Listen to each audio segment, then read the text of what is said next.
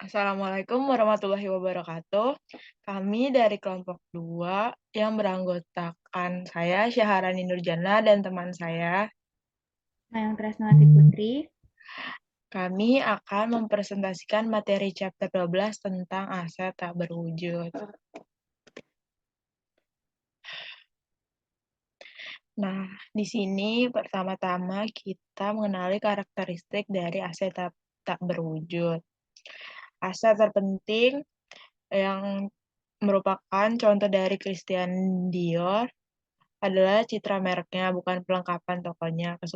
Kesuksesan dari Coca-Cola Company berasal dari formula rahasianya untuk membuat Coca-Cola, bukan dari fasilitas pabriknya. Perekonomian dunia didominasi oleh penyedia informasi dan layanan.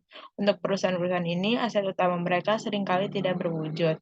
Nah, aset tak berwujud memiliki 3 karakteristik utama. Yang pertama, mereka dapat diidentifikasi. Agar dapat diidentifikasi, aset tidak berwujud harus dapat dipisahkan dari perusahaan, dapat dijual atau dialihkan, atau timbul dari hak kontraktual atau hukum yang dari manfaat ekonomi akan mengalir ke perusahaan. Yang kedua, mereka kekurangan keberadaan fisik. Aset berwujud seperti properti, pabrik, dan peralatan memiliki bentuk fisik. Aset tidak berwujud sebaliknya memperoleh nilainya dari hak dan hak istimewa yang diberikan kepada perusahaan yang menggunakannya. Yang ketiga, mereka bukan aset moneter. Aset seperti deposito bank, piutang, dan investasi jangka panjang dalam obligasi dan saham juga tidak memiliki substansi fisik. Namun, aset moneter mendapat nilainya dari hak atau klaim untuk menerima kas atau setara kas di masa depan. Aset moneter tidak diklasifikasikan sebagai tidak berwujud. Dalam kebanyakan kasus, aset tidak berwujud memberikan manfaat selama beberapa tahun. Oleh karena itu, perusahaan biasanya mengklasifikasikannya sebagai aset tidak lancar. Yang ketiga. Selanjutnya ada jenis umum aset tidak berwujud. Itu yang pertama ada terkait pemasaran, yang kedua terkait dengan pelanggan, yang ketiga berkait dengan artistik, yang keempat terkait kontrak, yang kelima ada goodwill itu sendiri. Selanjutnya ada penilaian intangible yang dibeli. Nah, perusahaan mencatat biaya tak berwujud yang dibeli dari pihak lain. Biaya perolehan mencakup semua biaya perolehan ditambah pengeluaran untuk membuat aset tidak berwujud siap digunakan sesuai tujuannya. Biaya tipikal termasuk harga pembelian, biaya hukum, dan biaya insidental lainnya. Terkadang perusahaan memperoleh aset tidak berwujud dengan imbalan saham atau aset lainnya. Dalam kasus tersebut, biaya perolehan aset tak berwujud adalah nilai wajar imbalan yang diberikan atau nilai wajar aset tak berwujud yang diterima. Mana yang lebih jelas buktinya? Selanjutnya ada intangible yang diciptakan secara internal. Biasanya bisnis sering mengeluarkan biaya untuk sebagai sumber daya tidak berwujud seperti pengetahuan ilmiah atau teknologi, riset pasar, kekayaan intelektual, dan nama merek. Biaya ini biasanya disebut sebagai biaya penelitian dan pengembangan atau R&D. Aset tak berwujud yang mungkin timbul dari pengeluaran ini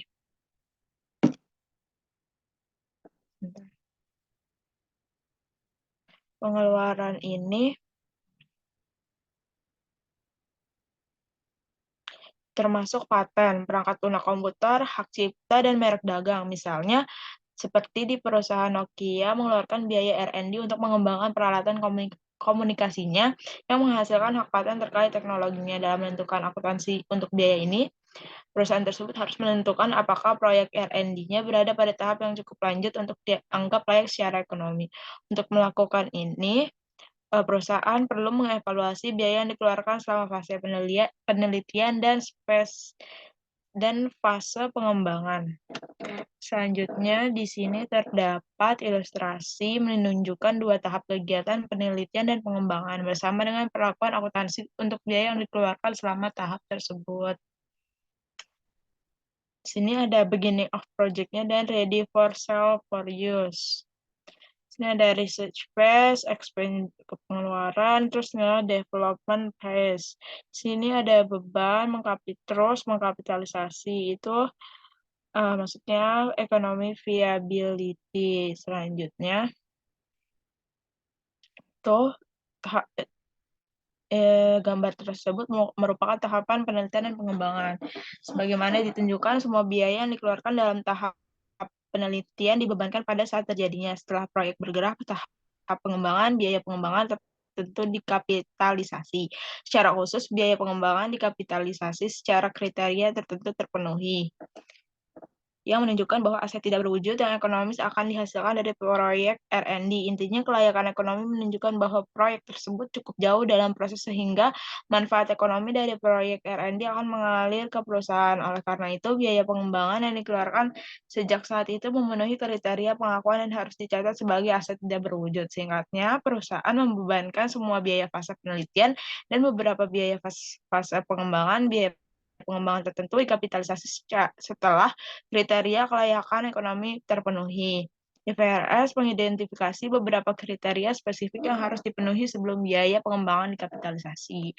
Selanjutnya ada amortisasi aset tidak berwujud, benda tak berwujud dengan umur terbatas. Yang pertama ada amortisasi dan biaya sistematis ke biaya selama manfaat. Yang kedua ada biaya amortisasi harus mencerminkan pola di mana perusahaan menggunakan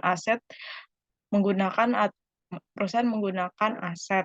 Yang ketiga ada akun aset kredit atau akumulasi amortisasi. Yang keempat ada amortisasi harus biaya dikurangi nilai sisa. Terus setelah ada perusahaan harus mengevaluasi aset tak berwujud dengan umur terbatas setiap tahun untuk penurunan nilai. Yang selanjutnya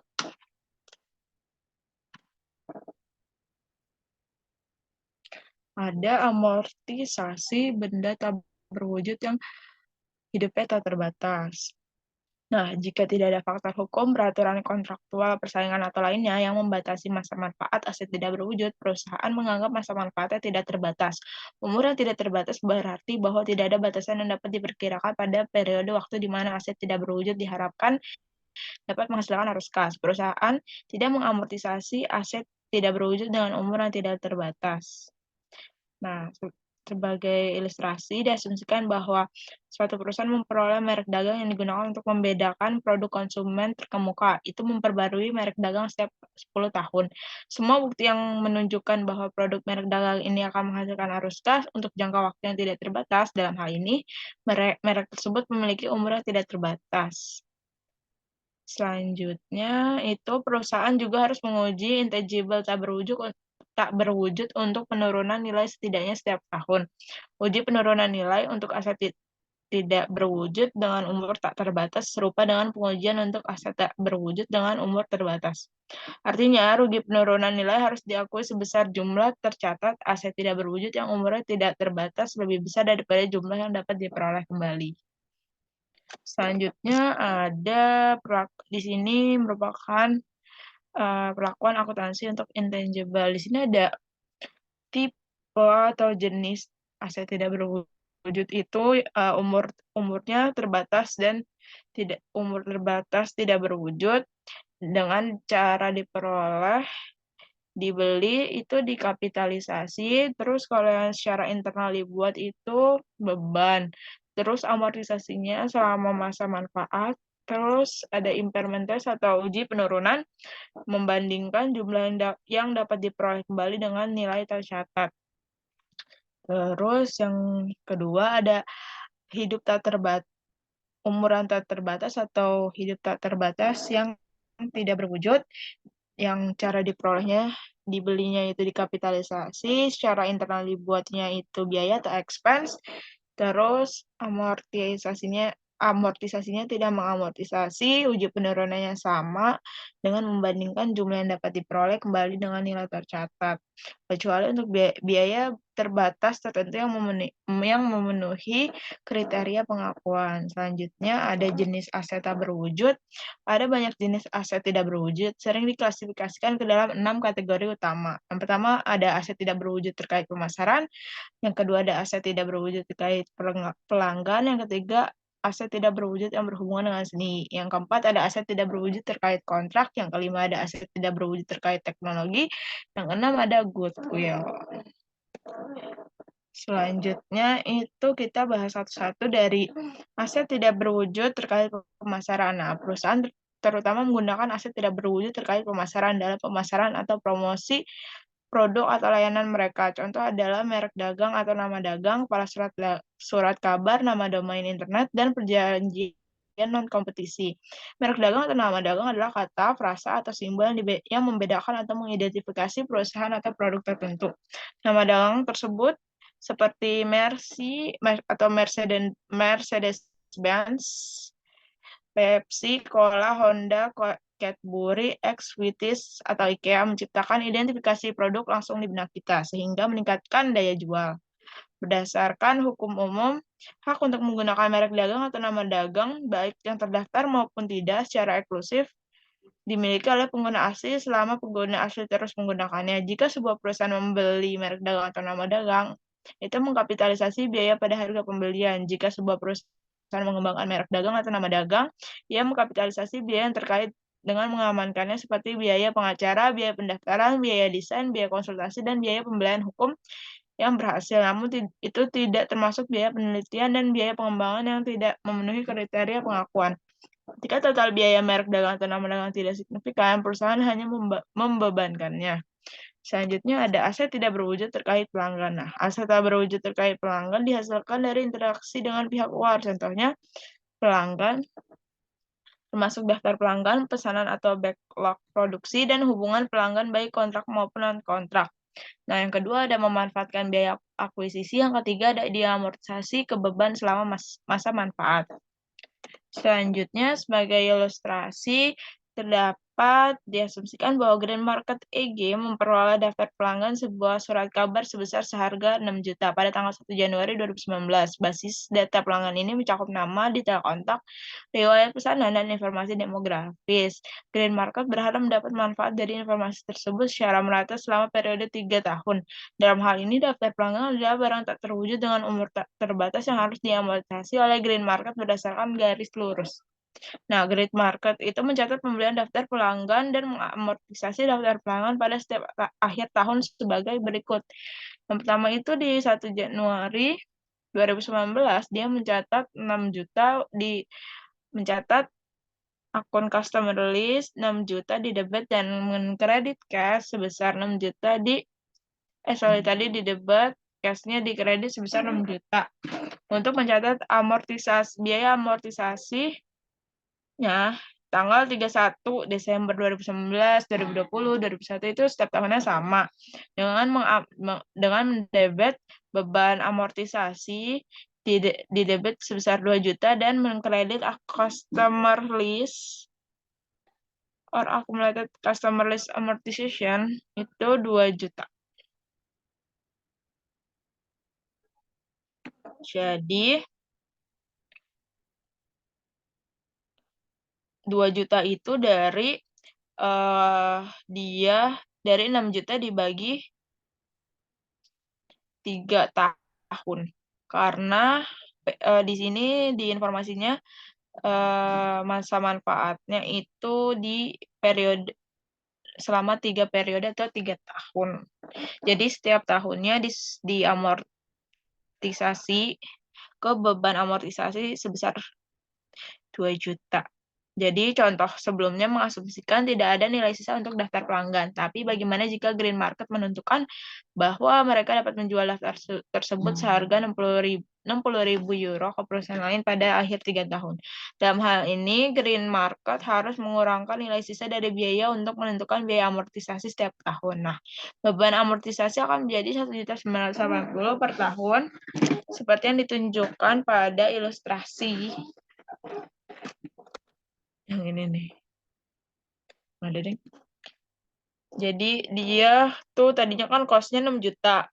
Terus diasumsiin misalnya dia residual value-nya atau nilai sisanya tuh 60.000. Jadi 6 juta itu dikurang 60.000. Nah, amortisasinya tuh tinggal 5.940. Nah, yang tadi kan 5.940 dibagi lagi selama 3 tahun atau 3 periode, jadi 1.980 per tahun. Nah, perusahaan harus mengasumsikan nilai residu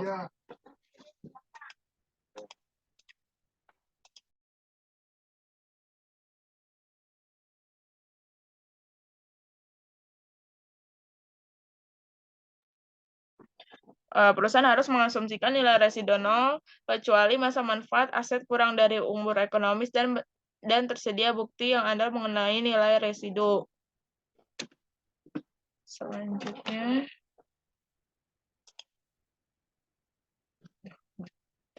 Selanjutnya ada aset tak berwujud terkait artistik.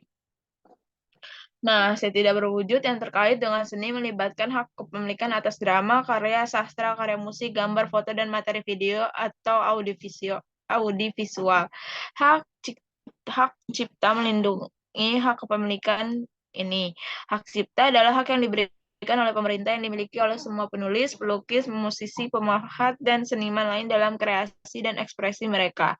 Hak cipta diberikan seumur hidup pencipta ditambah 70 tahun. Nah, hak eksklusif diberikan kepada pemilik atau ahli waris untuk memperbanyak yang menjual karya seni atau karya yang diterbitkan. Hak cipta tidak dapat diperbarui. Hak cipta bisa sangat berharga. Contohnya, pada akhir 1990-an, Disney menghadapi kehilangan hak ciptanya atas Mickey Mouse yang dapat mempengaruhi penjualan barang dan jasa terkait Mickey senilai miliaran dolar. Hak cipta ini sangat penting sehingga Disney dan banyak perusahaan hiburan besar lainnya berjuang sampai ke Mahkamah Agung dan memenangkan perpanjangan hak cipta dari 50 menjadi 70 tahun. Perusahaan mengkapitalisasi biaya untuk memperoleh dan mempertahankan hak cipta. Mereka mengamortisasi semua biaya yang dikapitalisasi selama masa manfaat hak cipta jika kurang dari umur hukumnya. Umur pencipta itu ditambah 70 tahun. Perusahaan harus membebankan semua biaya penelitian dan biaya pengembangan yang tidak memenuhi kriteria pengakuan yang mengarah pada hak cipta saat biaya tersebut dikeluarkan. Selanjutnya ada aset tak berwujud terkait kontrak. Aset tak berwujud terkait kontrak merupakan nilai hak yang timbul dari pengaturan kontraktual. Contohnya adalah perjanjian waralaba dan lisensi, izin konstruksi, hak siar, dan kontrak layanan atau pasokan. Nah, waralaba adalah pengaturan kontraktual di mana pemilik waralaba memberikan hak kepada penerima waralaba untuk menjual produk atau layanan tertentu, menggunakan merek dagang atau nama dagang tertentu, atau menjalankan fungsi tertentu. Nah, biasanya dalam wilayah geografis tertentu, contohnya saat Anda mengisi eh, bensin di stasiun sudut sel atau makan siang di restoran McD. Kemungkinan besar berurusan dengan waralaba. Pemilik waralaba setelah mengembangkan konsep atau produk yang unik, melindungi konsep atau produknya melalui hak paten, hak cipta, atau merek dagang atau nama dagang. Franchise memperoleh hak untuk mengeksploitasi ide atau produk franchisor dengan menandatangani perjanjian waralaba. Jenis pengaturan waralaba lainnya yang diberikan oleh badan pemerintah. Mengizinkan bisnis atau menggunakan properti publik dalam menjalankan layanannya. Contohnya adalah penggunaan jalanan kota untuk jalur bus atau layanan taksi, penggunaan lahan publik untuk jalur telepon, listrik, atau televisi kabel, dan penggunaan gelombang udara untuk penyiaran radio atau TV. Hak operasi tersebut disebut sebagai lisensi atau izin. Nah, waralaba dan lisensi mungkin untuk jangka waktu tertentu, untuk jangka waktu tidak terbatas atau terus-menerus. Perusahaan yang mengamankan waralaba atau lisensi membawa akun aset tidak berwujud berhak waralaba atau lisensi dalam pembukuannya. Hanya jika dapat mengidentifikasi biaya dengan perolehan hak pengoperasian, biaya tersebut mungkin biaya hukum atau uang muka pembayaran sekaligus. Misalnya, perusahaan harus mengamortisasi biaya waralaba atau lisensi dengan umur terbatas sebagai biaya operasi selama umur waralaba. Itu tidak boleh mengamortisasi waralaba dengan kehidupan yang tidak terbatas atau waralaba abadi. Perusahaan malah harus membawa waralaba tersebut dengan biaya. Pembayaran tahunan yang dilakukan berdasarkan perjanjian waralaba harus dimasukkan sebagai biaya operasional pada periode terjadinya. Pembayaran ini tidak mewakili aset karena tidak terkait dengan hak masa depan untuk menggunakan properti tersebut. Selanjutnya ada aset tak berwujud terkait teknologi. Nah, aset tidak berwujud terkait teknologi berhubungan dengan inovasi atau kemajuan teknologi. Contohnya adalah teknologi yang dipatenkan dan rahasia dagang yang diberikan oleh badan pemerintah. Di banyak negara, paten memberikan hak eksklusif kepada pemegangnya untuk menggunakan, membuat, dan menjual produk atau proses selama jangka waktu 20 tahun tanpa campur tangan atau pelanggaran oleh pihak lain. Nah, contohnya itu seperti Canon didirikan atas paten dan dibangun di atas hak eksklusif yang diberikan. Dua jenis utama paten adalah paten produk yang mencakup produk fisik aktual dan paten proses yang mengatur proses pembuatan produk.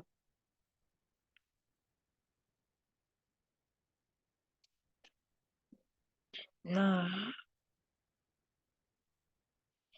jika perusahaan seperti Samsung membeli paten dari seorang penemu, harga pembelian mewakili biayanya.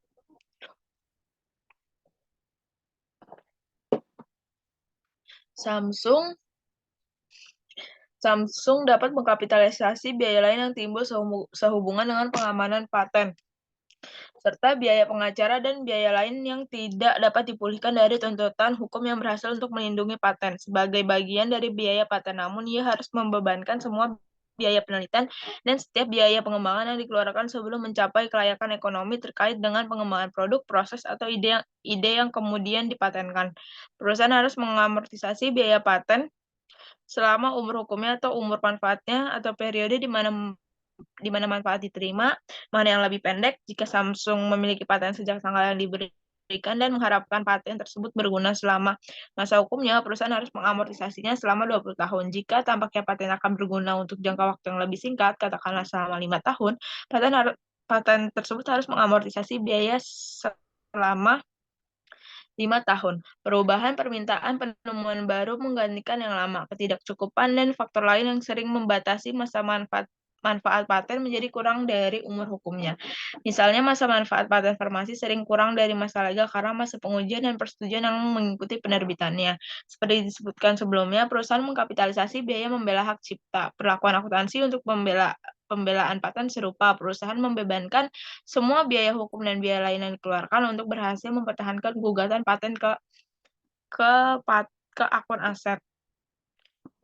Biaya tersebut harus diamortisasi bersama dengan biaya perolehan selama sisa masa manfaat paten. Biaya amortisasi harus mencerminkan pola. Jika ditentukan secara andal di mana perusahaan menggunakan paten, perusahaan dapat mengkreditkan amortisasi paten secara langsung ke akun paten atau ke akun akumulasi amortisasi paten.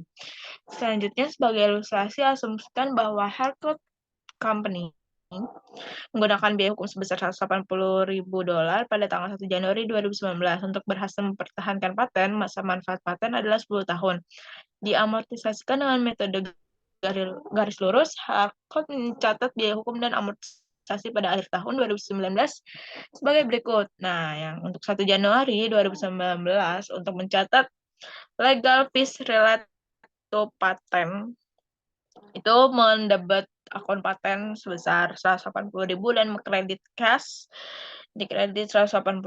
Nah, untuk merekod setiap tahun amortisasi patennya itu dia mendebet beban amortisasi paten di debit $18.000 dari 180.000 dibagi masa manfaatnya tuh 10 jadi 18.000. Nah, jadi kreditnya paten sebesar 18.000 juga. Nah, telah mengindikasikan bahwa masa manfaat paten tidak boleh melampaui masa legalnya selama 20 tahun. Namun, perusahaan sering membuat modifikasi atau penambahan kecil yang mengarah ke paten baru jika paten mengalami penurunan nilai karena permintaan turun untuk produk tersebut.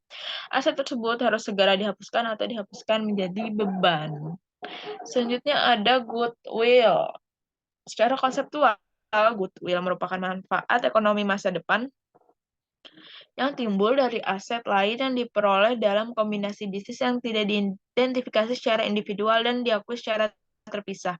Nah, ini sering disebut aset tidak berwujud yang paling tidak berwujud karena diidentifikasi hanya dengan bisnis secara keseluruhan. Satu-satunya cara untuk menjual goodwill adalah dengan menjual bisnis. Nah, goodwill yang dihasilkan secara internal tidak boleh dikapitalisasi dalam akuntansi. Asalnya karena mengukur komponen goodwill terlalu rumit dan menghubungkan setiap biaya dengan manfaat masa depan terlalu sulit. Nah, manfaat goodwill di masa mendatang mungkin tidak memiliki hubungan dengan biaya yang dikeluarkan dalam pengembangan goodwill tersebut. Seperti yang ditunjukkan sebelumnya, goodwill dicatat hanya ketika seluruh bisnis dibeli. Untuk mencatat goodwill, perusahaan membandingkan nilai wajar aktiva bersih, berwujud, dan tidak berwujud yang dapat diidentifikasi dengan harga beli atau biaya dari bisnis yang diakuisisi. Perbedaannya dianggap goodwill. Goodwill adalah residu kelebihan biaya atas nilai wajar aktiva bersih teridentifikasi yang diperoleh. Selanjutnya, sebagai ilustrasi, terdapat Feng Inc. memutuskan bahwa mereka memerlukan divisi suku cadang untuk melengkapi distribusi traktor yang sudah ada. Nah, Presiden Feng tertarik untuk membeli Traktor Link SE, perusahaan kecil di Sao Paulo, Brasil. Nah, di sini di bawah tersebut disajikan laporan posisi keuangan Traktor Link. Nah, di sini ada Traktor Link laporan posisi keuangan. Nih. Terus ilustrasi di sini Peng menyelidiki aset dasar Traktor Link untuk menentukan nilai wajarnya. Nah, Traktor Link Company memutuskan untuk menerima tawaran Peng sebesar $400.000. Lalu apa nilai goodwill ada? Jawabannya tidak jelas karena laporan posisi keuangan berbasis biaya historis Traktor Link tidak mengungkapkan nilai wajar aset yang dapat diidentifikasi. Namun anggaplah saat negosiasi berlangsung, Feng menyelidiki aset dasar Traktor Link untuk menentukan nilai wajar. Nah, investigasi semacam itu dapat dilakukan baik melalui audit pembelian yang dilakukan oleh Feng atau oleh penilai independen dari beberapa sumber lain. Investigasi menentukan nilai yang ditunjukkan pada ini apa aja sih? Nilai wajar aktiva bersih Traktor Link. Nah, biasanya perbedaan antara nilai wajar dan nilai buku lebih umum di antara aset tidak lancar daripada di antara aset. Uang tunai jelas tidak menimbulkan masalah dalam hal nilai. Piutang biasanya cukup mendekati penilaian saat ini, meskipun kadang-kadang memerlukan penyesuaian tertentu karena penyisian piutang lagi yang tidak memadai. Kewajiban biasanya dinyatakan sebagai nilai buku, namun jika suku bunga telah berubah sejak perusahaan menanggung liabilitas, penilaian yang berbeda seperti nilai sekarang berdasarkan arus kas yang diharapkan adalah sana yang tepat. Analisis yang cermat harus dilakukan untuk menentukan bahwa tidak ada kewajiban yang tidak tercatat. Nah, di sini terdapat selisih 80.000 dalam persediaan Traktor Link 122 dikurang 42.000 dapat disebabkan oleh sejumlah faktor. Kemungkinan besar perusahaan menggunakan metode biaya rata-rata. Ingatlah bahwa selama periode inflasi, biaya rata-rata akan menghasilkan penilaian persediaan yang lebih rendah daripada FIFO. Dalam banyak kasus, nilai aset tidak lanjut seperti properti, pabrik, dan peralatan, serta aset tidak berwujud mungkin telah meningkat secara substansial selama bertahun-tahun. Perbedaan ini dapat disebabkan oleh estimasi manfaat yang tidak akurat, pengeluaran terus-menerus, pengeluaran kecil, kurang dari $300.000, estimasi nilai sisa yang tidak akurat, dan penemuan beberapa aset yang tidak tercatat. Misalnya dalam kasus Traktor Link, analisis menentukan paten memiliki nilai wajar sebesar 18.000 atau nilai wajar mungkin meningkat secara substansial karena penyelidikan sekarang menentukan nilai wajar aset bersih menjadi 350.000. Mengapa Feng harus membayar 400.000? Tidak diragukan lagi, Traktor Link menunjukkan reputasinya yang mapan, peringkat kredit yang baik, tim manajemen puncak, karyawan yang terlatih dengan baik, dan sebagainya. Faktor-faktor ini membuat nilai bisnis lebih besar dari $350.000. Feng mengutamakan kekuatan pendapatan masa depan dari atribut-atribut ini serta pada struktur aset dasar perusahaan saat ini. Feng memberi label perbedaan dengan harga beli $400.000 dan nilai wajar $350.000 sebagai goodwill. Goodwill dipandang sebagai satu atau sekelompok nilai yang tidak dapat diidentifikasi atau aset tidak berwujud, yang biayanya diukur dengan perbedaan antara biaya kelompok aset atau perusahaan yang diperoleh untuk jumlah biaya yang dibebankan dari aset berwujud dan tidak berwujud yang dapat diidentifikasi. Aset yang diperoleh dikurangi liabilitas yang diasumsikan. Prosedur penilaian ini disebut pendekatan penilaian produk. Ini mengasumsikan goodwill mencakup semua nilai yang tidak dapat diidentifikasi secara khusus dengan aset berwujud atau tidak berwujud yang dapat diidentifikasi. Selanjutnya ada ilustrasi. Ini untuk penentuan goodwill atau pendekatan penilaian Master Feng. mencatat transaksi sebagai berikut. Ada properti, plant dan peralatan. Properti itu sebesar 205.000, paten 18.000, inventory 122.000, piutang 35.000, cash 25.000, goodwill 50.000, liabilities atau utang 55.000, terus cashnya 400.000. Nah, perusahaan sering mengidentifikasi goodwill pada laporan posisi keuangan sebagai kelebihan biaya atas nilai wajar aktiva bersih yang diperoleh.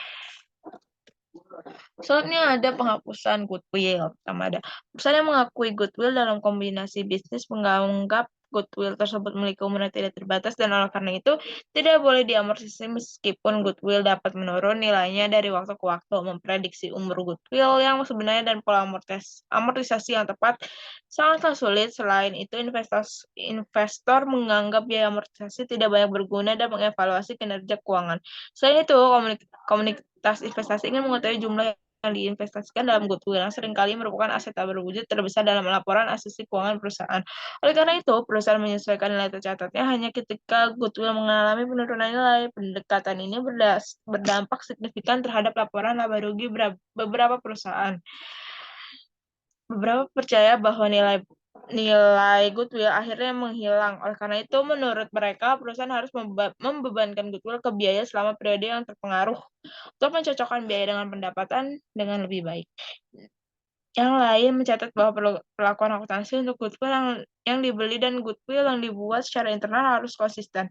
Mereka menunjukkan bahwa perusahaan segera membebankan niat baik yang dibuat secara internal dan harus mengikuti perlakuan yang sama untuk goodwill yang dibeli. Meskipun argumen ini memungkinkan memiliki beberapa kelebihan, non-amortisasi goodwill yang digabungkan dengan uji penurunan nilai yang memadai akan memberikan informasi keuangan yang paling berguna bagi komunitas investasi. Selanjutnya ada pembelian murah. Dalam beberapa kasus pembeli dalam kombinasi bisnis membayar kurang dari nilai wajar, asas bersih yang dapat diidentifikasi. Situasi seperti ini disebut sebagai pembelian murah. Pembelian dengan harga murah dihasilkan dari ketidaksempurnaan pasar. Penjual akan lebih baik menjual aset secara individual daripada total. Namun, situasi memang terjadi, misalnya likuidasi paksa atau penjualan tertekan karena kematian pendiri perusahaan, di mana harga beli kurang dari nilai aset bersih yang dapat diidentifikasi. Jumlah kelebihan ini dicatat sebagai keuntungan oleh pembeli.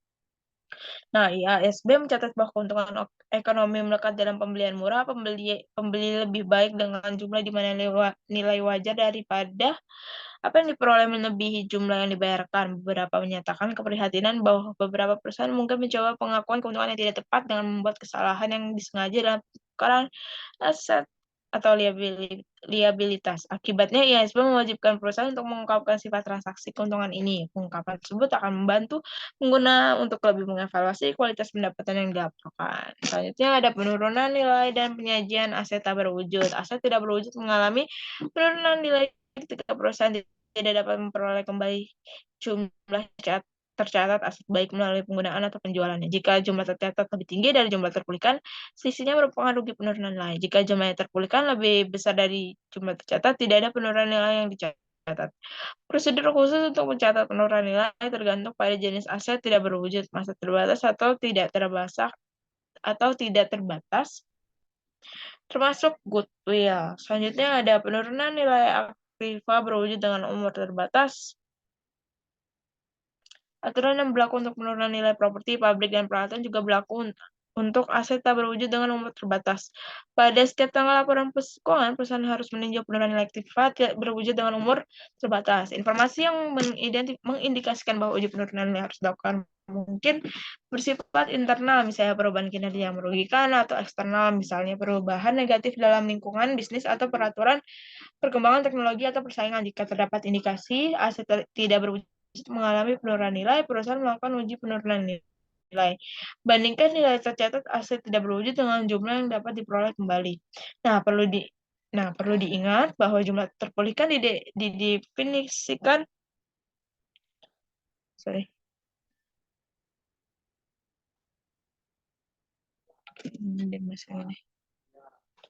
Nah, perlu diingat bahwa Jumlah terpulihkan didefinisikan sebagai nilai yang lebih tinggi antara nilai wajar dikurangi biaya untuk menjual nilai pakai. Nilai wajar dikurangi biaya untuk menjual berarti harga jual aset setelah dikurangi biaya pelepasan nilai pakai adalah nilai sekarang dari arus kas yang diharapkan dari penggunaan masa depan dan menjual akhir aset pada akhir masa manfaatnya.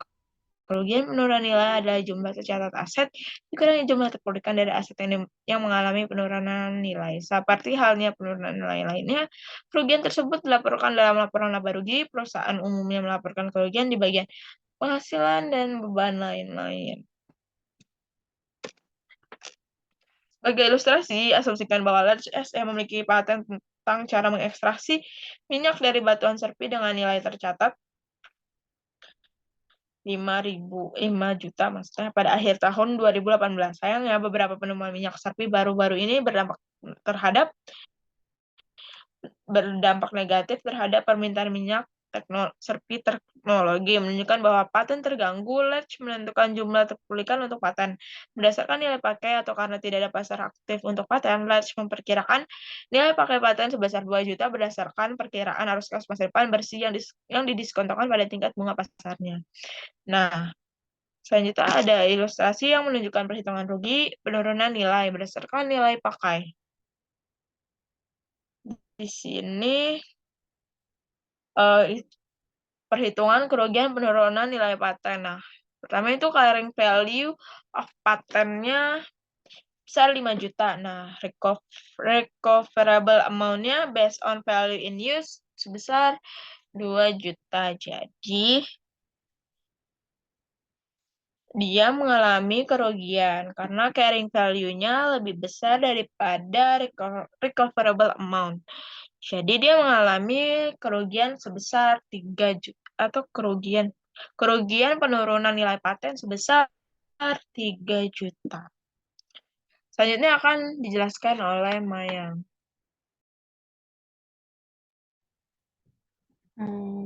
Jadi karena dia mengalami kerugian sebesar 3 juta, dan setelah penurunan nilai diakui, jumlah terpulihkannya kan sebesar 2 juta, di mana dari carrying amount-nya itu dikurang sama yang receivable amount.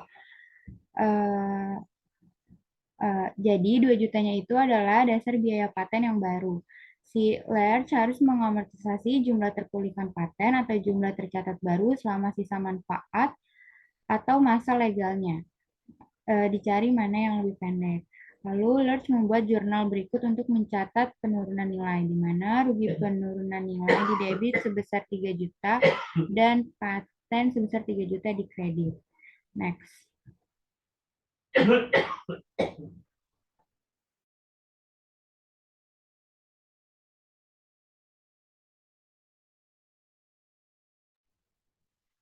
Nah, selanjutnya ada pembalikan rugi penurunan nilai. Apa yang terjadi jika penelahan di tahun mendatang menunjukkan bahwa aset tidak berwujud, tidak lagi mengalami penurunan nilai karena jumlah yang dapat diperoleh kembali dari aset tersebut lebih tinggi daripada nilai tercatatnya. Dalam hal ini, kerugian penurunan nilai dapat dipulihkan. Sebagai ilustrasi, melanjutkan contoh patent Lerch, asumsikan bahwa sisa umur paten adalah 5 tahun dengan nilai sisa 0. Ingatlah jika tercatat paten setelah penurunan nilai adalah 2 juta, di mana tadi hasil dari 5 juta dikurang 3 juta. Jadi amortisasi Ledge adalah 400.000, di mana 2 juta dibagi 5, selama 5 tahun sisa masa paten. Beban amortisasi dan jumlah tercatat terkait setelah penurunan nilai ditunjukkan pada ilustrasi di bawah. Oke, next.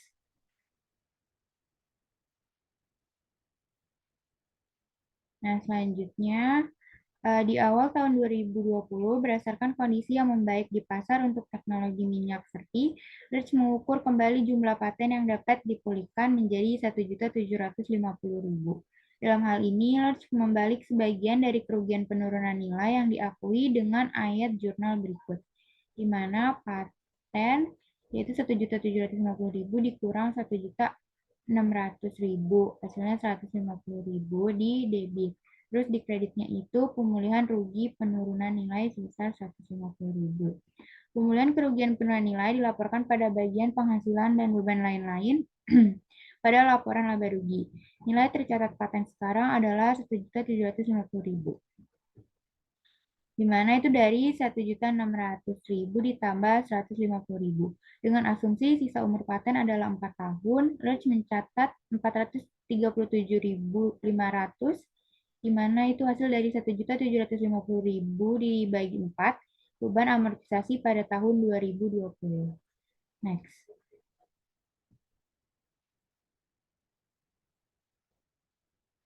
Lalu di sini ada penurunan nilai aktiva tak berwujud selain goodwill. Perusahaan menguji penurunan nilai aset tak berwujud termasuk goodwill setiap tahunnya. Pengujian penurunan nilai aset tak berwujud selain goodwill sama dengan uji penurunan nilai untuk aset tak berwujud dengan umur yang terbatas. Artinya, bandingkan jumlah yang dapat diperoleh kembali dari aset tak berwujud dengan nilai tercatat aset tersebut. Jika jumlah terpulihkan lebih kecil dari jumlah tercatat, perusahaan mengakui penurunan nilai. Oke, next.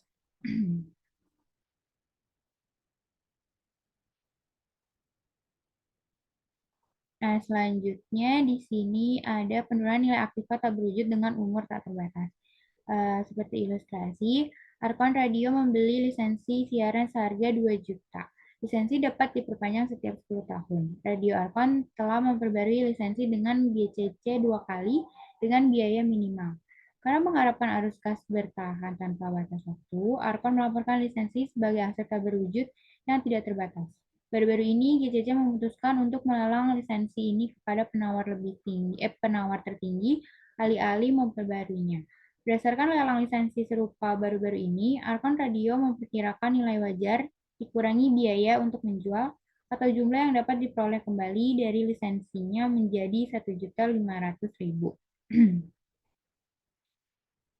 Jadi, oleh karena itu, Arkon melaporkan kerugian penurunan nilai sebesar 500.000 dihitung seperti yang ditunjukkan pada ilustrasi. Jadi, nilai tercatat di siarannya sebesar 2 juta, itu dikurang sama jumlah terpulihkan atau berdasarkan nilai wajar, dikurangi biaya untuk menjual 1.500.000. Nah, jadi dia mengalami kerugian atas penurunan nilai sebesar 500.000. Pedoman pembalikan penurunan nilai yang serupa dengan yang diterapkan pada aset tidak berwujud dengan umur terbatas diterapkan pada aset tidak berwujud dengan umur tidak terbatas selain goodwill. Next.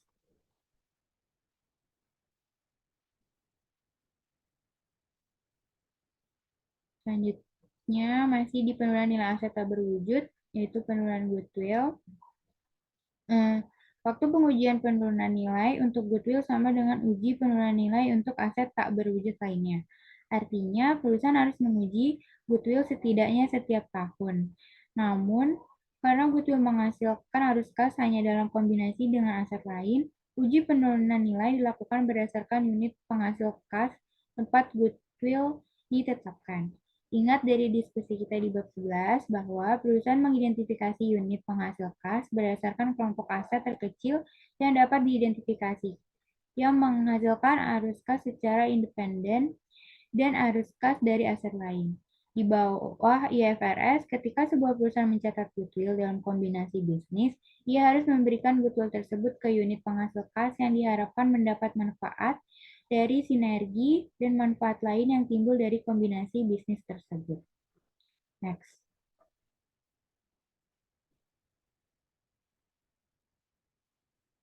Dan sebagai ilustrasi, asumsikan bahwa Colby AG membeli 3 divisi.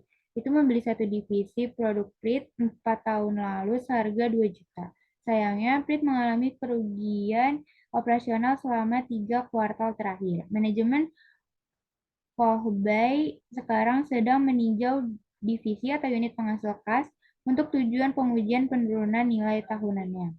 Ilustrasi di bawah mencantumkan aset bersih divisi Prit termasuk goodwill terkait sebesar 900.000 dari pembelian. Terus si Kohba itu menentukan jumlah terpurukkan untuk divisi Prit menjadi 2.800.000 berdasarkan estimasi nilai pakai karena nilai wajar divisi tersebut melebihi nilai tercatat aset bersih. Kohbui tidak mengakui adanya penurunan nilai. Oke, next.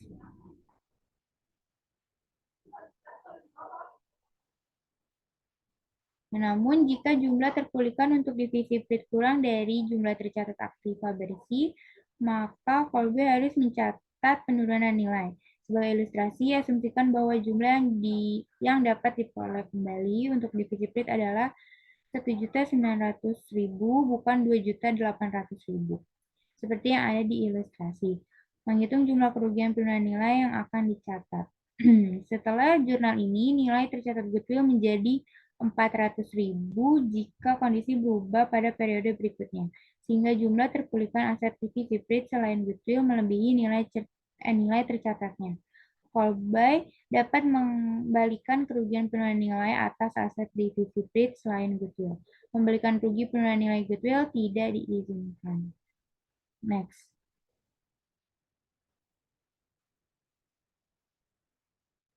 Selanjutnya di sini ada penyajian aset tak berwujud. Pelaporan aset tidak berwujud mirip dengan pelaporan properti, pabrik, dan peralatan. Namun, akun kontra mungkin tidak ditampilkan untuk aset tidak berwujud pada laporan posisi keuangan. Sebagaimana ditunjukkan, pada laporan posisi keuangan, perusahaan harus melaporkan sebagai item terpisah semua aset tidak berwujud selain goodwill. Jika ada goodwill, perusahaan harus melaporkan secara terpisah.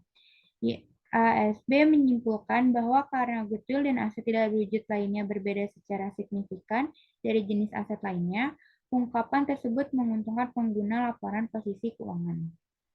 Sedangkan pada laporan laba rugi, perusahaan harus menyajikan beban amortisasi dan kerugian penurunan nilai, serta pembalikan aset tidak berwujud selain goodwill secara terpisah dalam laba bersih, atau biasanya di bagian operasi.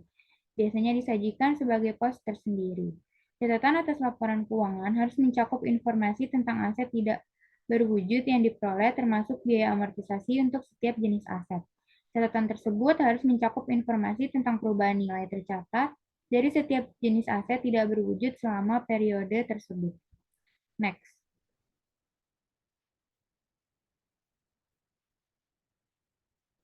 Lalu di sini ada ilustrasi yang menunjukkan kutipan pelaporan aset tidak berwujud untuk Nestle.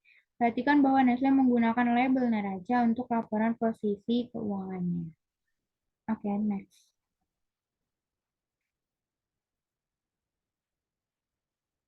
Selanjutnya ada penelitian dan biaya pengembangan. Biaya penelitian dan pengembangan atau R&D bukanlah aset tak berwujud itu sendiri. Namun, kami menyajikan akuntansi untuk biaya lead bank di sini karena aktivitas lead bank sering menghasilkan pengembangan paten atau hak cipta, atau seperti produk baru, proses, ide, formula, komposisi, atau karya sastra yang dapat memberikan nilai di masa depan. Next.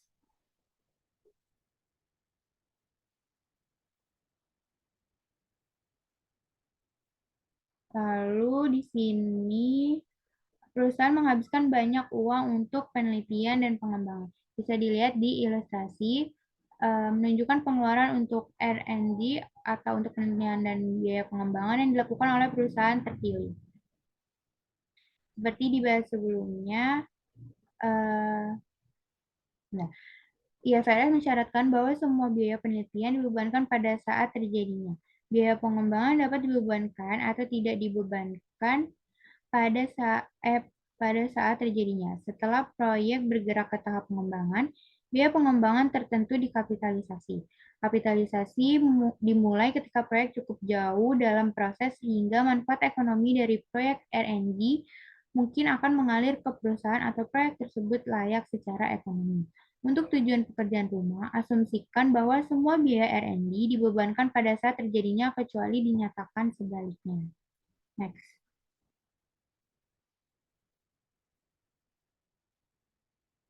Nah, selanjutnya di sini ada mengidentifikasi aktivitas R&D.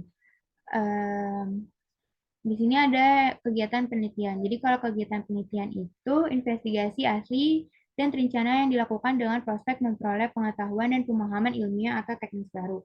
Nah, contohnya itu penelitian laboratorium yang ditunjukkan untuk penemuan pengetahuan baru, lalu juga ada mencari aplikasi temuan penelitian baru. Sedangkan kalau kegiatan pembangunan itu adalah penerapan hasil penelitian atau pengetahuan lainnya sebagai rencana atau desain untuk produksi baru atau secara substansial peningkatan bahan, perangkat, produk, proses, sistem, atau layanan sebelum awal produksi komersial atau penggunaan. Contohnya itu kayak perumusan konseptual dan desain alternatif produk atau proses yang mungkin. Lalu juga ada konstruksi, prototipe, dan pengoperasian pabrik percontohan. Aktivitas R&D tidak mencakup perubahan rutin atau berkala terhadap produk yang sudah ada. Jalur produksi, proses manufaktur, dan operasi lain yang sedang berjalan. Meskipun perubahan ini mungkin merupakan perbaikan. Misalnya, upaya berkelanjutan rutin untuk memperbaiki, memperkaya, atau meningkatkan kualitas produk yang sudah tidak dianggap sebagai kegiatan R&D. Next.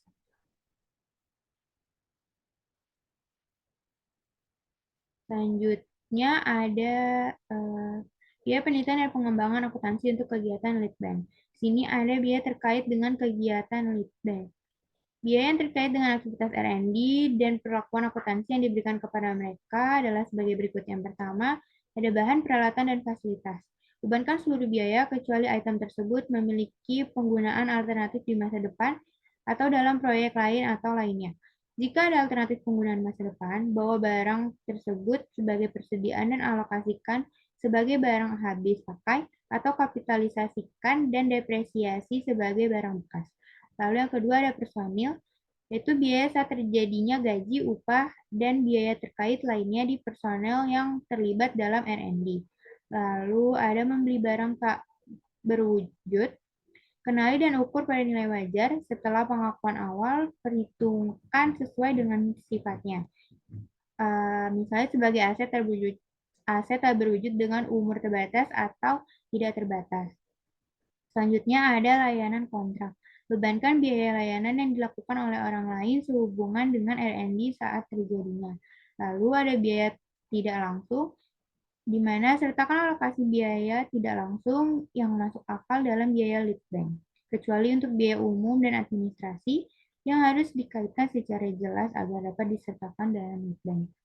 Selanjutnya ada biaya yang mirip dengan biaya lead bank, yaitu ada biaya awal untuk operasi baru. Biaya awal dikeluarkan untuk aktivitas satu kali untuk memulai operasi baru. Contohnya termasuk membuka pabrik baru, memperkenalkan produk atau layanan baru, atau menjalankan bisnis di wilayah baru.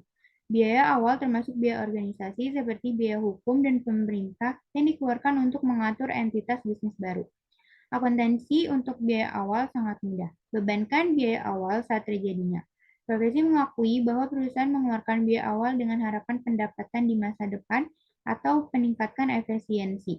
Namun, menentukan jumlah dan waktu manfaat masa depan sangat sulit sehingga diperlukan pendekatan konservatif, yaitu membebankan biaya ini saat terjadinya atau diperlukan. Beberapa berpendapat bahwa perusahaan harus diperbolehkan untuk mengkapitalisasi kerugian operasi awal yang terjadi dalam startup bisnis. Mereka berpendapat bahwa kerugian operasi semacam itu merupakan biaya yang tidak dapat dihindari untuk memulai bisnis. IFRS mensyaratkan bahwa kerugian operasi selama tahun-tahun awal tidak boleh dikapitalisasi. Singkatnya, standar akuntansi dan pelaporan seharusnya tidak berbeda untuk perusahaan yang mencoba mendirikan bisnis baru daripada untuk perusahaan lain. Itu untuk yang kerugian operasi awal. Selanjutnya ada biaya iklan. Nah, contohnya itu selama bertahun-tahun Pepsi telah mempekerjakan berbagai bintang pop seperti Justin Timberlake dan Beyonce untuk mengiklankan produknya. Bagaimana seharusnya melaporkan biaya iklan yang terkait dengan juru bicara bintangnya? Nah, Pepsi dapat membebankan biaya dengan berbagai cara. Misalnya, saat para bintang pop telah menyelesaikan tugas menyanyi mereka, atau saat pertama kali iklan berjalan, saat selama taksiran masa manfaat iklan, atau dengan cara yang sesuai untuk masing-masing dari 3 periode yang disebutkan di atas, dan bisa juga selama periode tersebut pendapatan diharapkan akan dihasilkan. Pepsi harus membebankan biaya iklan ini saat terjadinya. YSB mengakui bahwa kegiatan periklanan dan promosi dapat meningkatkan atau menciptakan hubungan pelanggan yang pada gilirannya menghasilkan pendapatan. Namun, pengeluaran tersebut tidak berbeda dengan aset tidak berwujud lainnya yang dihasilkan secara internal. Misalnya merek kepada tiang dan daftar pelanggan, yang terutama berkontribusi pada pengembangan bisnis secara keseluruhan. Oleh karena itu, mereka tidak memenuhi kriteria yang dapat diidentifikasi secara terpisah dan harus dibebankan pada saat terjadi. Next.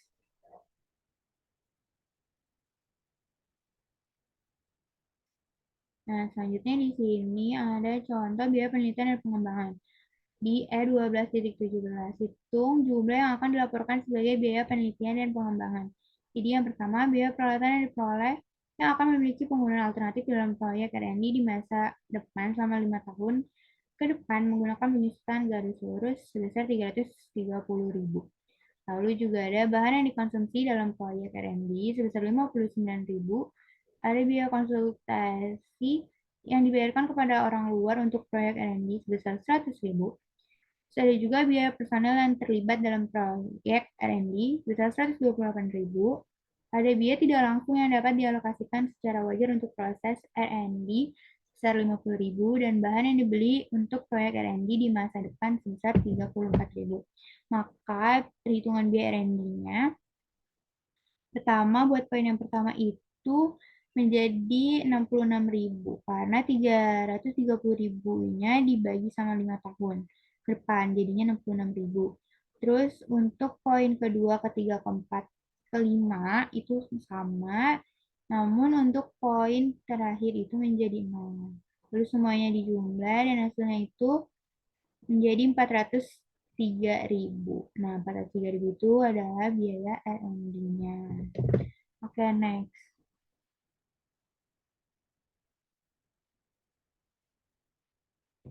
Nah, di sini ada presentasi biaya lead bank.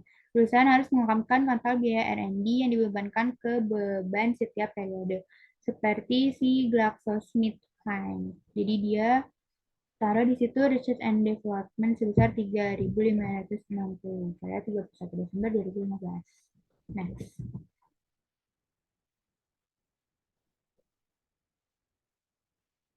Selanjutnya akan dijelaskan oleh Syarani.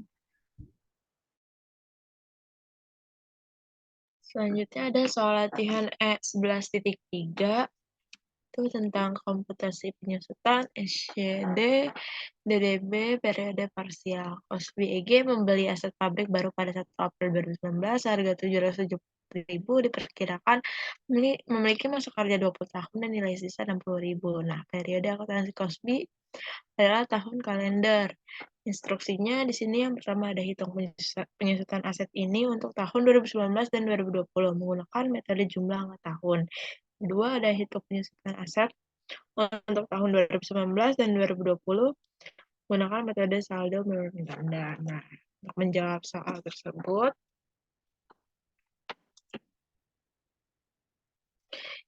yang pertama itu kita disuruh mencari dengan menggunakan metode jumlah angka tahun. Nah, dia tuh rumusnya untuk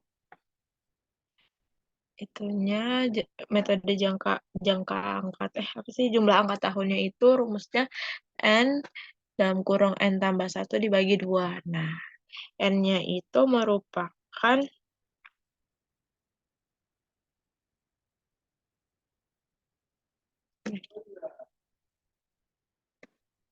merupakan masa kerja atau masa manfaatnya selama 20 tahun dengan nilai sisa 60 tahun. Jadi itu kita hitung dari 1 April ke Desember dulu. Nah, itu kan 9 bulan. Jadi tadi kan udah dihitung jumlah angka tahunnya 210. Nah, dari 1 April ke 31 Desember itu 9 bulan, jadi 9 per 12 dikali 20 dari yang masa manfaat atau masa kerja dibagi 210 jumlah angka tahunnya dikali 774 aset pabrik barunya dikurang sama nilai sisanya 60.000. Nah, itu untuk tahun 2019. Untuk penyusutan tahun 2019 sebesar 51.000 euro. Nah, untuk 31 Desember ke 1 April atau 1 Januari ke 1 April itu sebesar 9 bulan. Jadi perhitungannya kan itu masih selama 1 tahun, masih periode 1 tahun. Jadi 3/12 dikali 20 per 210 dikali 774 dikurang 60.000 sama dengan 17.000. Nah, terus apa namanya? Sisanya ada 9 bulan lagi dari 1 April ke 31 Desember. Nah, 9/12 dikali 19. Kenapa 19? Karena kan tadi 2009 udah kepake masa manfaatnya setahun dari 2019. Jadi, udah kepake setahun, sisa 19 masa manfaatnya. Jadi 19 per 210 dikali 774.000 dikurang 60.000 sama dengan 48.450. Nah, untuk tahun 2020-nya jadi 17.000 ditambah 48.450 jadi 65.450 untuk tahun 2020. Nah, untuk menjawab yang nomor 2, penyusutan aset menggunakan metode saldo menurut ganda, sorry. Jadi rumusnya itu 100% dibagi masa manfaatnya, itu 20 sama dengan 5%. Nah, itu terus masih dikali lagi, dikali 2 sama dengan 10%.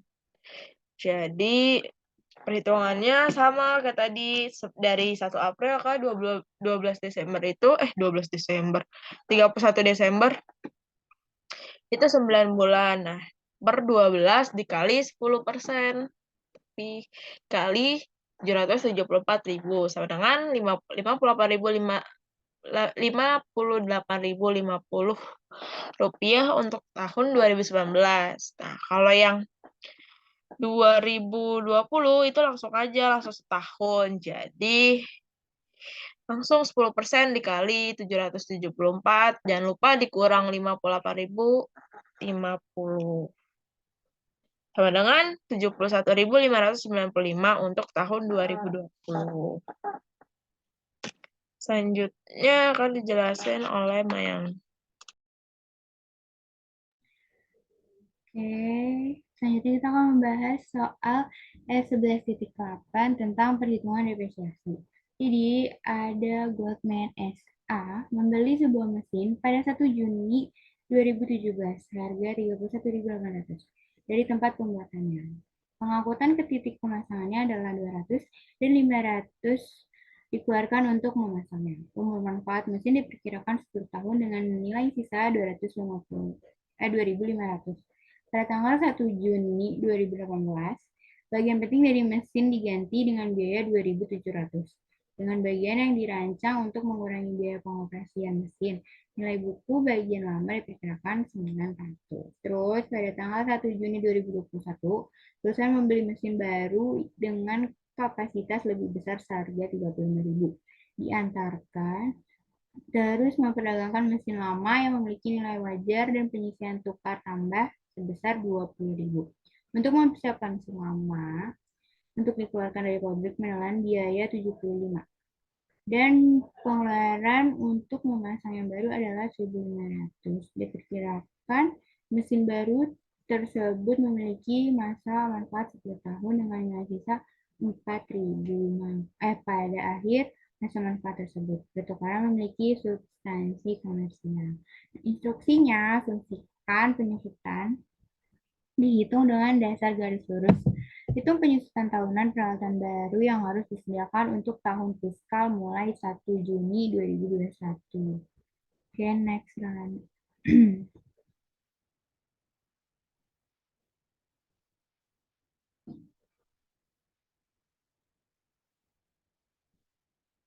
Nah, jadi jawabannya pertama kita mau cari yang mesin tuanya dulu. Jadi buat yang mesin tua kan dia belinya 1 Juni 2017, kemudian sampai 31.500. Terus kargonya 200, instalasinya 500. Jadi total biayanya itu 32.500. Biaya penyusutan tahunannya 32.500 dikurang sama 2.500. 2.500-nya itu diketahui di soal. Terus dibagi 10 karena umur manfaat mesinnya itu diperkirakan 10 tahun. Jadi biaya penyusutan tahunnya itu sebesar 3.000. Nah, buat yang pada tanggal 1 Juni 2015, mendebit mesin lama sebesar 2.700 dan dikurangi nilai bukunya sebesar 900. Biaya total yang direvisi adalah 34.300, di mana total biaya yang tadi di 1 Juni 2017 sebesar 32.500 itu kita tambah sama yang debit mesin lamanya sebesar 2.700, terus dikurangi nilai bukunya 900. Jadinya 34.300. Jadi, biaya penyusutan tahunan yang direvisi adalah 34.300 dikurang sama 2.500 dikurang sama 3.000. Itu buat biaya penyusutan tahunannya. Dibagi 9 karena ini udah di 2018. Jadinya 3.200.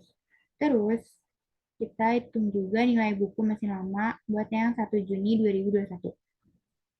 Perhitungannya itu 34.300 dikurang 3.000 dikurangi 3.200 dikali 3 sama dengan 21.700. Terus kita kurangi 21.700 sama nilai wajarnya, yaitu di soal diketahui sebesar 20.000. Hasilnya itu menjadi kerugian first, yaitu 1.700. Terus baru ditambah sama biaya penghapusan sebesar 75.000. Jadi dia rugi dan total kerugiannya itu sebesar 1.775. Oke, next.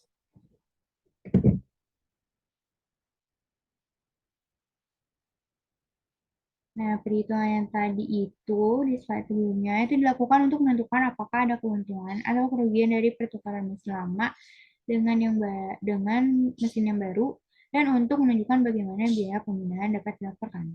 Terus untuk menjawab yang pertanyaannya, yang hitung penyusutan tahunan peralatan baru yang harus disediakan untuk tahun fiskal mulai Juni 2021, maka dasar mesin baru yaitu kas yang dibayar sebesar 15.000, di mana 35.000 dikurang sama 20.000. 20.000 itu nilai wajar dan pengisian tukar tambah. Terus 15.000 yang tadi dikurangi juga sama nilai wajar mesin yang lama yang udah diketahui di sana juga. Jadi, terus dikurangi juga sama biaya pemasangan. Ini ditambah deh, maaf. 15.000 terus ditambah sama yang 20.000 ditambah sama 1.500. Jadi total biaya mesin barunya 36.500. Terus buat depresiasi untuk tahun yang dimulai 1 Juni 2012 itu sama dengan 36.500 dikurang sama 4.000. 4.000 itu soalnya nilai sisa pada akhir masa manfaat tersebut. Terus dibagi 10 karena diperkirakan masa manfaatnya 10 tahun. Jadi depresiasi untuk tahun yang dimulai 1 Juni 2012 sama dengan 3.250. Oke, selanjutnya akan dijelaskan oleh Ciharani lagi.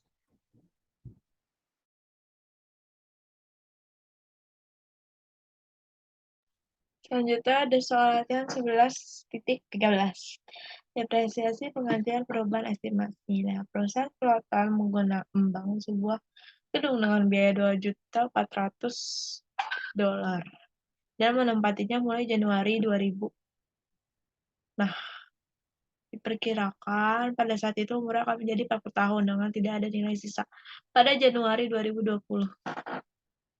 Diperkirakan pada saat itu umurnya akan menjadi 40 dan tidak ada nilai sisa pada Januari 2020 atau baru dipasang dengan biaya $300.000 dan diperkirakan bangunan tersebut akan memiliki masa manfaat 25 tahun sejak tanggal tersebut.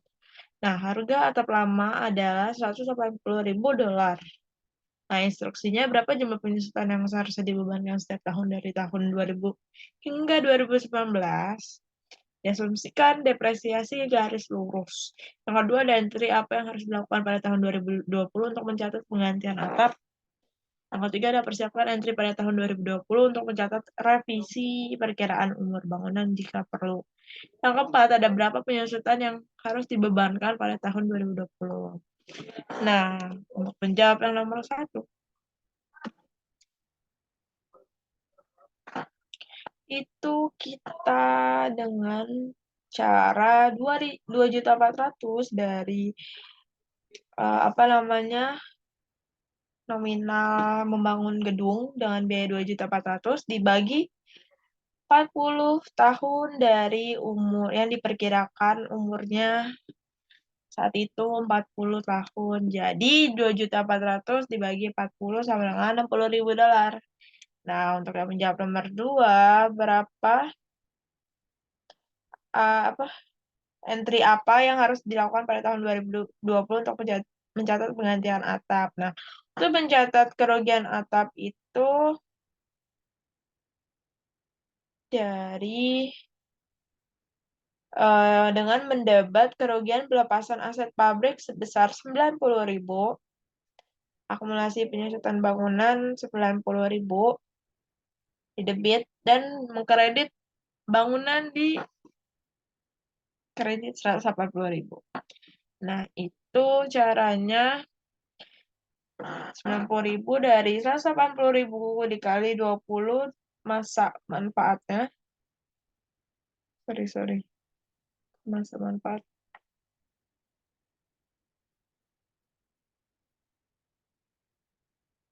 Dia kan 2020, jadi telah digunakan 20 dari 40 tahun. Jadi perhitungannya 180 dikali 20 dibagi 40. Jadi 90.000. Nah, dia mengalami kerugian karena dia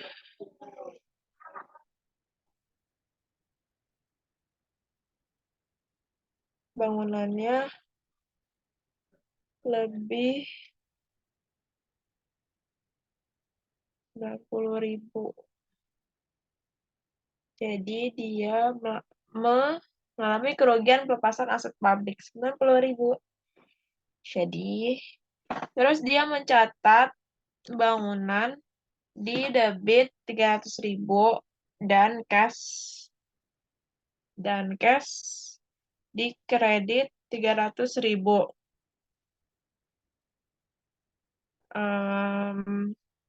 Jadi entry yang paling tepat itu dengan menghapus atap lama dan mencatat kerugian pembuangan karena biaya atap lama diberikan.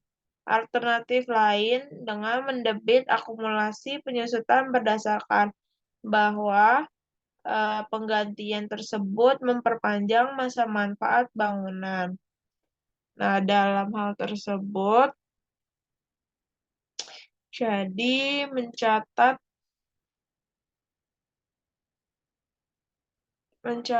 juga, ini nggak di entry di sini. Jadi mencatat juga akumulasi penyusutan bangunan di debit 300.000 dan mengkredit kas 300.000. Sama ya kayak tadi. Terus, nah sebagaimana ditunjukkan pendekatan ini tampaknya tidak sesuai dengan pendekatan yang pertama. Jadi pendekatan ini enggak sesuai dengan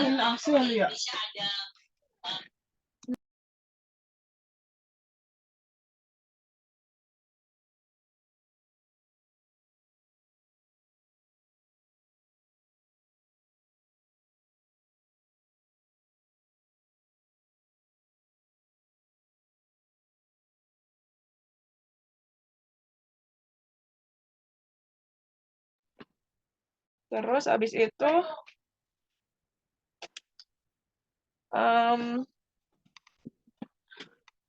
Yang ketiga itu nggak perlu di entry karena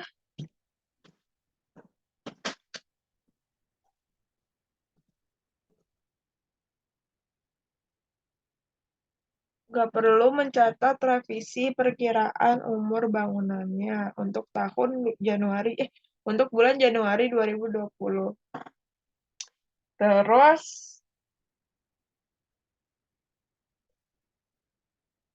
yang keempat, diasumsikan biaya atap lama dihilangkan. Jadi bangunannya itu nilai bangunannya itu tadi 2.400.000 dikurang 180, harga atap lama itu 180, terus ditambah lagi sama atap yang baru 300.000. Jadi bangunannya senilai 2.520.000. Nah, akumulasi penyusutannya itu 60.000 dikali 20 umur manfaat dikurang 90.000. Jadi 1.110.000. Nah, totalnya 1.410.000. Nah, sisa manfaatnya kan itu 25 tahun dari soalnya 25 tahun. Terus 1.500.000 dibagi 25 tahun jadi 56.400. Nah, untuk catatannya diasumsikan biaya atap baru mendebet ke akumulasi penyusutan. Jadi nilai bangunan sebelum penggantian atap itu 2.400.000 dikurang 60.000 dikali 20. Jadi totalnya 1.200.000. Nah, biaya atap barunya itu 300. Jadi ditambah senilai 1.500.000 totalnya. Nah, sisa manfaatnya itu 25 25 25 tahun. Nah, terus depresiasi untuk tahun 2020-nya 1.500.000 dibagi 25.000. Jadi totalnya 60.000. Nah, selanjutnya akan dijelaskan oleh Maya.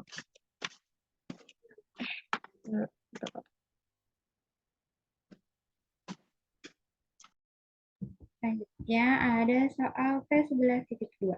Nah, ini tentang depresiasi untuk periode parsial.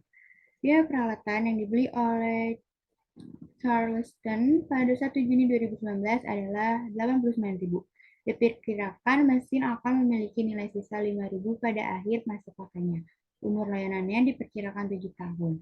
Total jam kerjanya diperkirakan mencapai 42.000 dan total produksinya diperkirakan mencapai 525.000 unit.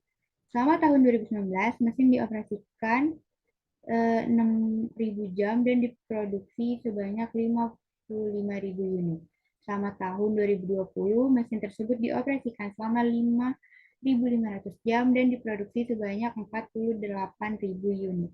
Instruksinya, hitunglah beban penyusutan mesin untuk tahun yang berakhir pada tanggal 31 Desember 2019 dan untuk tahun yang berakhir pada tanggal 31 Desember 2020 dengan menggunakan metode berikut. Yang pertama, garis lurus, unit of output, jam kerja, jumlah digit tahun, dan saldo menurun ganda atau 2 kali kurs garis lurus. Oke, next.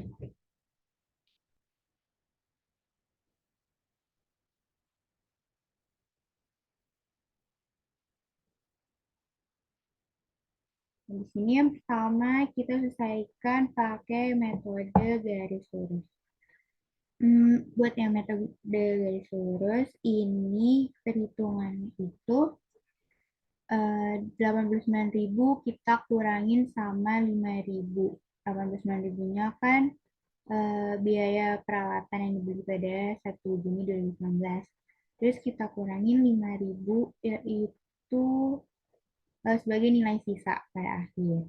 Jadinya penyusutannya itu sebesar 12 terus dibagi 7 karena masa perkiraannya itu 7 tahun layanannya.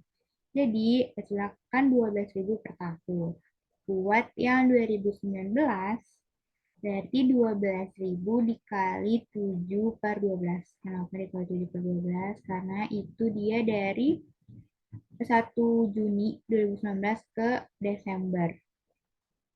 Ya, jadi 12.000 dikali 7 per 12. Hasilnya itu buat beban penyusutan 2019 sama dengan 7.000.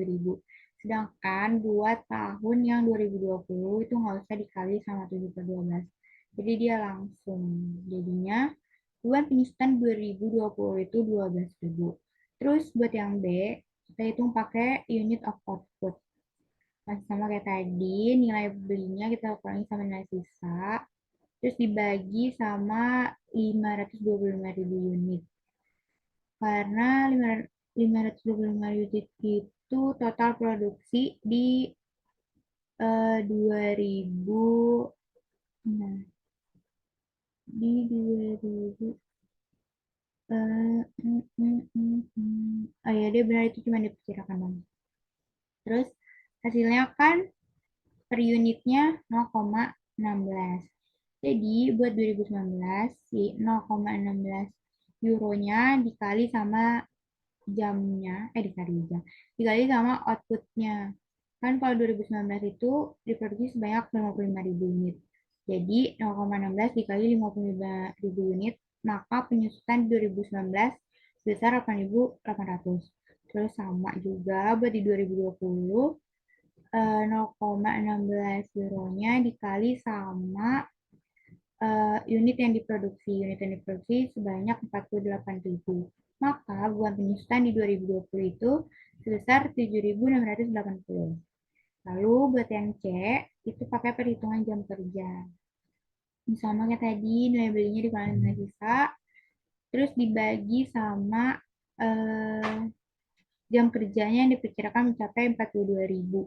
Jadi 89.000 dikurang 5.000, dari situ baru dibagi 42.000. Jadinya per jamnya itu nilainya 2 euro. Lalu buat yang 2019, 2 euronya dikali sama 6.000. 6.000-nya itu sebagai mesin yang dioperasikan. Eh, selama 6.000 jam.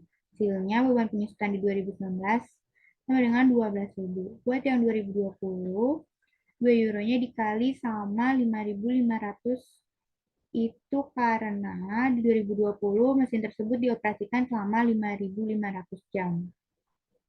Jadi beban penyusutan di 2020 sebesar 11.000. Next run. Lalu buat jawab yang B, yaitu pakai metode jumlah digit tahun. Jadi kita jumlahin dulu digit tahunnya, kan karena ini 7 tahun, jadi 1 ditambah 2 tambah 3 tambah 4 tambah 5 tambah 6 ditambah 7 sama dengan 28. Jadi penyebutnya itu 28. Nah, buat yang 2019, dia pembilangnya 7. Jadinya 7 per 28 dikali 84.000, terus dikali 7 per 12. Karena ya kayak tadi, di 2019 itu dari Juni ke Desember.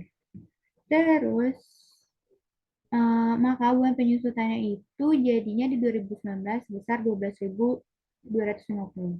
Buat yang 2020, perhitungannya 7 per 28 dikali 84.000, dia dikali 5 per 12, adalah 8.750. Terus, itu ditambah sama hasil dari 6 per 28 dikali 84.000 dikali 7 per 12. Hasilnya 10.500. Terus 8.750 ditambah sama 10.500 jadinya 19.250. Maka beban penyusutan di 2020 itu sebesar 19.250. Lalu buat yang terakhir itu pakai metode saldo menurun atau 2 kali kurs garis lurus. Nah, kan rate-nya itu sama dengan 2 per 7. 2 per 7 itu didapat karena estimasi depreciation expense kan 100% atau 1. Karena years of estimated useful life-nya di soal itu 7 tahun, maka harusnya kan 1/7 kalau buat yang garis lurus. Karena ini 2 kali kurs garis lurus, maka 2/7 jadinya. Terus, buat yang 2000, ini maksudnya 2019, kenapa di 2010? Buat yang 2019, jadinya 7/12, nah sama kayak tadi alasannya, karena dari Juni sampai Desember. Dikali sama rate-nya, yaitu 2/7, dikali sama harga belinya, 89.000. Hasilnya beban penyusutan di 2019 itu menjadi 14.833. Lalu buat yang 2020, red langsung dikali sama 89.000, terus dikurangin sama hasil yang di 2010. Maka beban penyusutan di 2020 itu sebesar 21.191. Oke, next. Dijelaskan oleh Syaharani.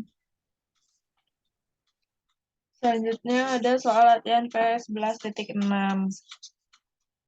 Nah, 1 dan 2, perhitungan depresiasi komprehensif, Callback Corporation, produsen produk baja mulai beroperasi pada 1 Oktober 2018. Departemen Akuntansi Callback telah memulai aset pabrik dan jadwal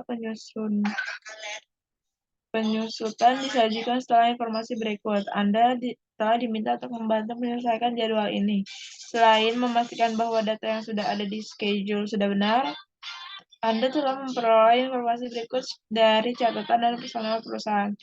Yang pertama ada penyusutan dihitung dari bulan pertama, akuisisi sampai bulan pertama, disposisi. Yang kedua ada tanah A dan gedung A. Diperoleh dari perusahaan pendahulu, Callback membayar 800.000 untuk tanah dan bangunan bersama-sama memiliki nilai taksiran 810.000. Yang ketiga, tanah B diperoleh pada tanggal 2 Oktober 2018, ditukar dengan 2.500 saham baru dan diterbitkan dari saham biasa Callback pada tanggal akuisisi. Saham tersebut memiliki nilai nominal $5 per saham dan nilai wajar 30.000 per saham. Selama Oktober 2018, Callback membayar 16.000 untuk menghancurkan bangunan yang ada di tanah ini agar dapat membangun gedung baru. Yang keempat ada pembangunan gedung B di tanah yang baru dibebaskan dimulai pada tanggal 1 Oktober 2019. Pada tanggal 30 September 2020, Callback telah membayar $320. Jadi perkiraan total biaya konstruksi sebesar $450. Diperkirakan bangunan tersebut akan selesai dan ditempati pada Juli 2021. Hibah untuk peralatan yang kelima, hibah untuk peralatan tertentu diberikan kepada perusahaan dan masyarakat setempat. Penilaian independen peralatan ketika diberikan menempatkan nilai wajar pada $40 dan nilai sisa pada $3.000. Hibah tersebut dicatat sebagai pendapatan hibah yang ditangguhkan. Yang keenam ada biaya total mesin A sebesar $182.900 termasuk biaya pemasangan sebesar $600 dan memperbaikan serta pemeliharaan normal sebesar $14.900. Nilai sisa diperkirakan $6.000. Mesin A dijual pada 1 Februari 2020. Yang ketujuh, pada tanggal 1 Oktober 2019, mesin B dibeli dengan uang muka sebesar $5.740 dan sisa pembayaran akan dilakukan dalam 11 angsuran tahun sebesar $6.000 setiap mulai tanggal 1 Oktober 2019. Suku bunga yang berlaku adalah 8%. Data berikut disajikan dari tabel nilai sekarang atau dibulatkan.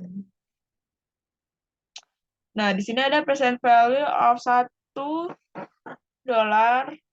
di 8%, 10 tahun, 11 tahun, dan 15 tahun. Nah, present value-nya untuk ordinary annuity-nya $1 dengan bunga 8%. 10 tahun, 11 tahun, dan 15 tahun ini merupakan Callback Operation, Plan Asset, dan Depreciation Schedule. Schedule depresiasi untuk tahun fiskal berakhir 30 September 2019 dan 30 September 2020. Di sini ada Asset Acquisition Debt, Cost Residual, nilai sisa, metode depresiasi, estimasi umur tahunnya, terus depresiasi beban depresiasi akhir tahun September 30.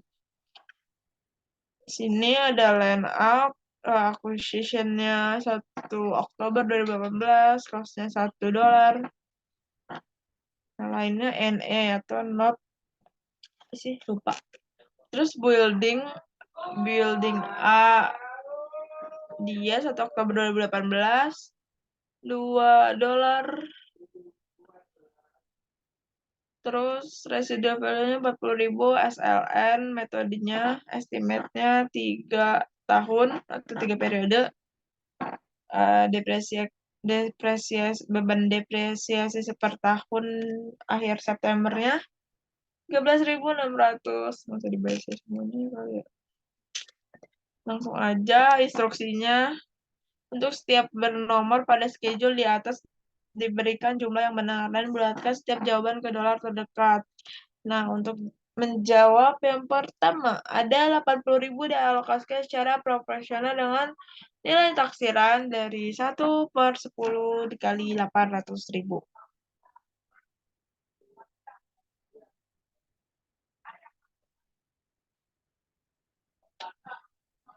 Dan terus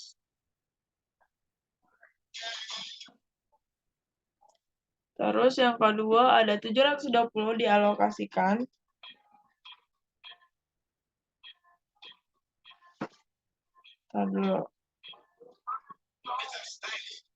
Nah, 10 tadi apa sih?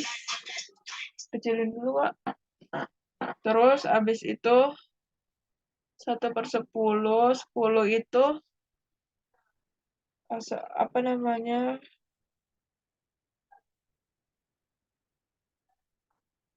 Estimasi umurnya tuh 10, jadi 1/10 dikali 800.000.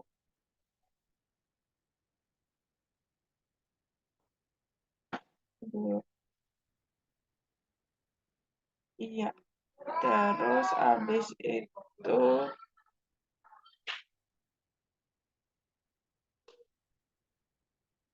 habis itu ada 720 dialokasikan secara proporsional dengan nilai taksiran 9/10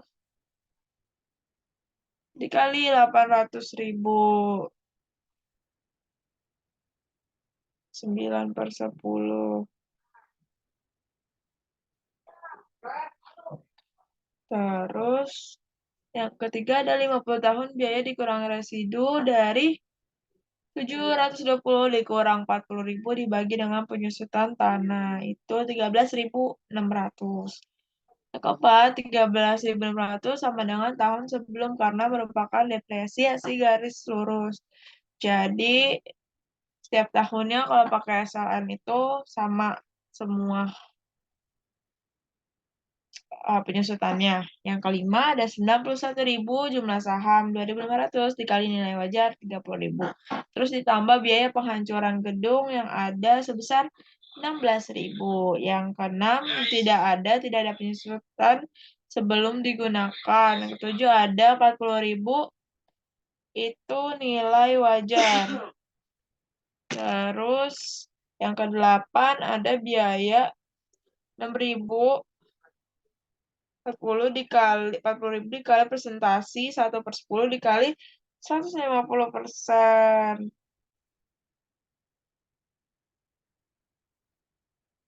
Selanjutnya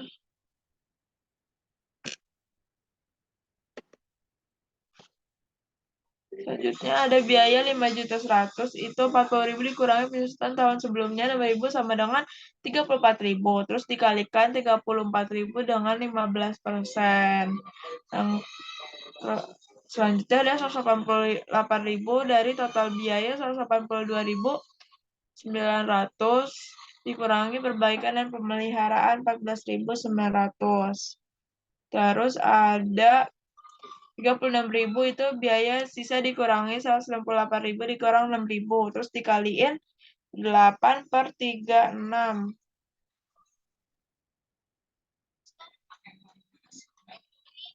Jadi selanjutnya 10.500 biaya sisa dikurangi 168.000 dikurang 6.000 dikalikan 7/36 dikali 1/3 tahun.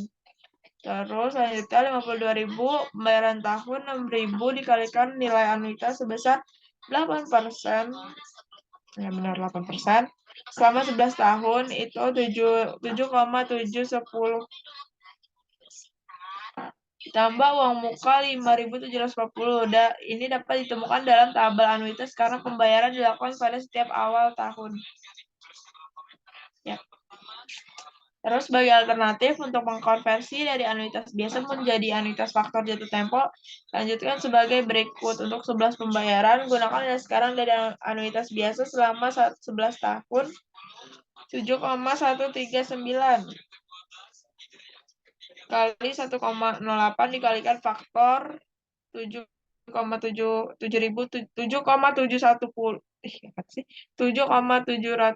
dengan 6.000 pembayaran tahunan untuk mendapatkan 46.260, lalu ditambahkan uang muka 5.740 dolar. Nah, yang terakhir ada biaya 2.652.000 dibagi dengan estimasi masa pakai 20 tahun. Selanjutnya akan dijelaskan oleh Mayang. Selanjutnya kita akan membahas soal yang terakhir, yaitu soal P11.11 tentang sumber daya mineral. Jadi di sini ada Phelps Oil. Dia telah menyewakan properti tempat ditemukannya minyak. Sumur di properti ini menghasilkan 36.000 barrel minyak selama setahun terakhir, yang dijual dengan harga jual rata-rata 65 per barrel. Total sumber daya minyak dari properti ini diperkirakan 500.000 barrel. Sewa menyediakan pembayaran langsung sebesar 1.200.000 kepada lessor atau pemilik sebelum pengoboran dapat dimulai dan sewa tahunan sebesar 62.000.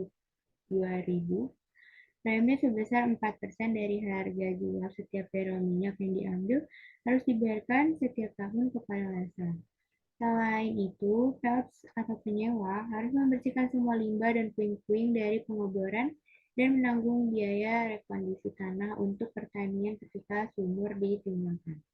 Estimasi nilai wajar pada saat sewa dari pembersihan dan rekondisi ini adalah 50.000. Instruksinya yang A, dari ketentuan perjanjian sewa, hitung biaya per barrel untuk masa lalu tahun tidak termasuk biaya operasi kepada Phelps. B, hitunglah dampak laba dan rugi tahun berjalan Phelps dari operasi perusahaan seperti sawah. Dan C, Phelps sedang mempertimbangkan untuk mengajukan tawaran untuk menyewa sebidang tanah yang berdekatan untuk pengembangan berdasarkan beberapa survei geologi awal dan pengeboran eksplorasi. Sarankan Phelps tentang cara memperhitungkan biaya eksplorasi dan evaluasi ini. Oke, next.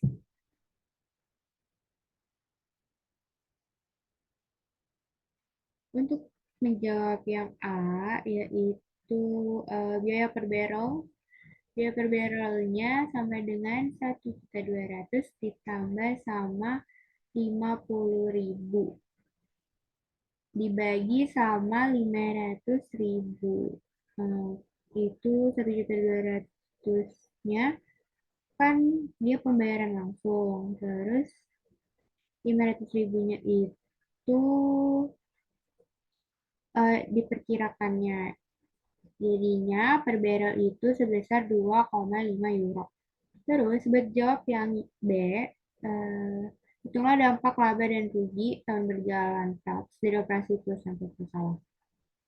Jadi penjualannya kan 36.000 dikali 65 dolar. Terus hasilnya kan 90.000. Lalu dia ada pembayaran premi, jadi pembayaran premi itu sebesar 2.340.000 dikali sama 4%. Karena di soal itu sebesar 4%. Atau dikali 0,04. Hasilnya itu 93.600. Lalu ada sewa tahunan sebesar 62.000. Maka itu di total hasilnya 245.600. Lalu penjualan kita keluarin sama pengeluaran. Jadinya penjualan yang tadi sebesar 2.340.000 dikurang sama pengeluaran, total pengeluaran yaitu 245.600.